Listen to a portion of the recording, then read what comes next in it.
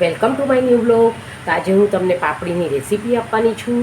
તો હું આ ઝારાથી પાપડી પાડવાની છું. મારી પાસે આ ઝારો છે, એમાં મેં 1 કપ ચણાનો લોટ લીધો છે, 1 કપ ચણાનો લોટ લીધો છે, 2 ટેબલ સ્પૂન તેલ લીધું છે, 5 કપ પાણી લીધું છે, અને આ 1 ટીસ્પૂન ખાવાનો સોડા લીધો છે, અને ½ ટીસ્પૂન જેટલું સ્વાદ પ્રમાણે હું મીઠું નાખીશ. અને સૌ પ્રથમ હું આમાં આ પાણી લઈશ, એમાં 2 ટેબલ સ્પૂન જેટલું તેલ નાખીશ,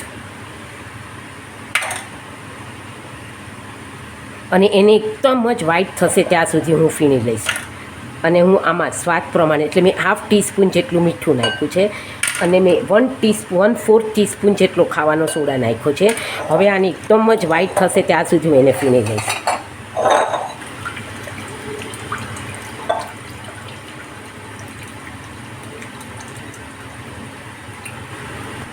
તો તમે જોઈ શકો છો કે આનું આખું જ ચેન્જ થઈ ગયું છે. હવે હું આમાં લોટ નાખી દઈશ, અને જરૂર પડશે તો થોડુંક પાણી નાખીશ.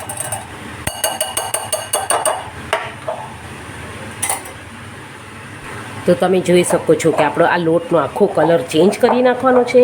તો મેં અહીંયા આગળ થોડુંક પાણી લીધું છે, અને જરાક મેં જે આમાં આપણે 1/4 જેટલું પાણી લીધેલું, અને એમાંથી એના 1 ટેબલ સ્પૂન જેટલું આપણે પાણી અહીંયા લેવાનું છે, અને આને લોટને એકદમ જ સફેદ થશે, સ્મૂથ થશે ને ત્યાં સુધી હું એને ફેટીશ. તો તમે જોઈ શકો છો આપણું તેલ પણ થઈ ગયું છે, અને આપણે આ વ્હાઈટ લોટ એકદમ આપણો સફેદ થઈ ગયો છે.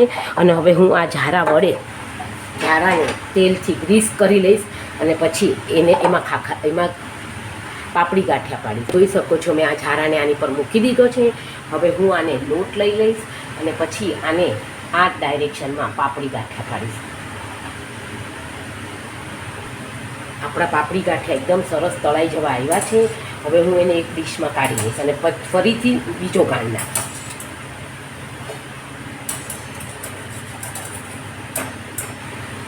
ફરીથી આપણે તેલને 5 મિનિટ માટે ફાસ્ટ કરી દઈશું, અને પછી ધીમો કરીને આપણે એમાં ગાંઠિયા નાખીશું, જેથી કરીને આપણને તાપ ન લાગે.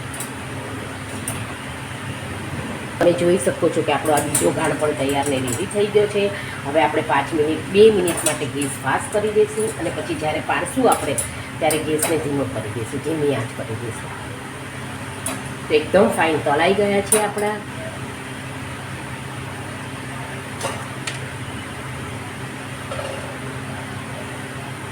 તો તમે જોઈ શકો છો કે હું આ પપૈયા અને આ મેં મૂળા કાપીને રાખ્યા છે, અને મૂળા કાપીને એમાં મીઠું નાખીને રાખ્યું છે, અને આ પપૈયાને ખમણી નાખ્યું છે. એમાં હું મીઠું મેં નાખી દીધું છે સ્વાદ પ્રમાણે. એમાં લાલ મરચું કાશ્મીરી, આ લીંબુ અને સાકર નાખી અને એને આની સાથે હું પીસીશ.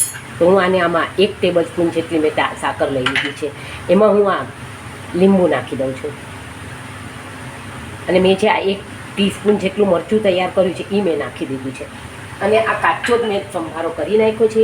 મેં તમને આની પહેલાં વઘારેલા સંભારા અને મરચાંની રેસીપી આપી દીધી છે. તો તમે જરૂરથી મારી ચેનલમાં જોઈને જોજો, અને તમે ઘરેથી આ પાપડી બનાવશો.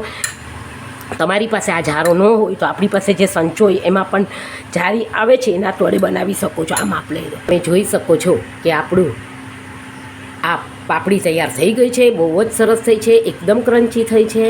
એને મેં આ લાલ સંભારા સાથે અને મૂળા સાથે પીરસ્યું છે. તો તમે આ રીતે જરૂરથી ઘરે ટ્રાય કરજો. મારી ચેનલને સબસ્ક્રાઈબ કરજો, અને મને મેસેજ જરૂરથી કરજો. તો thank you for watching my video. Like, share and subscribe.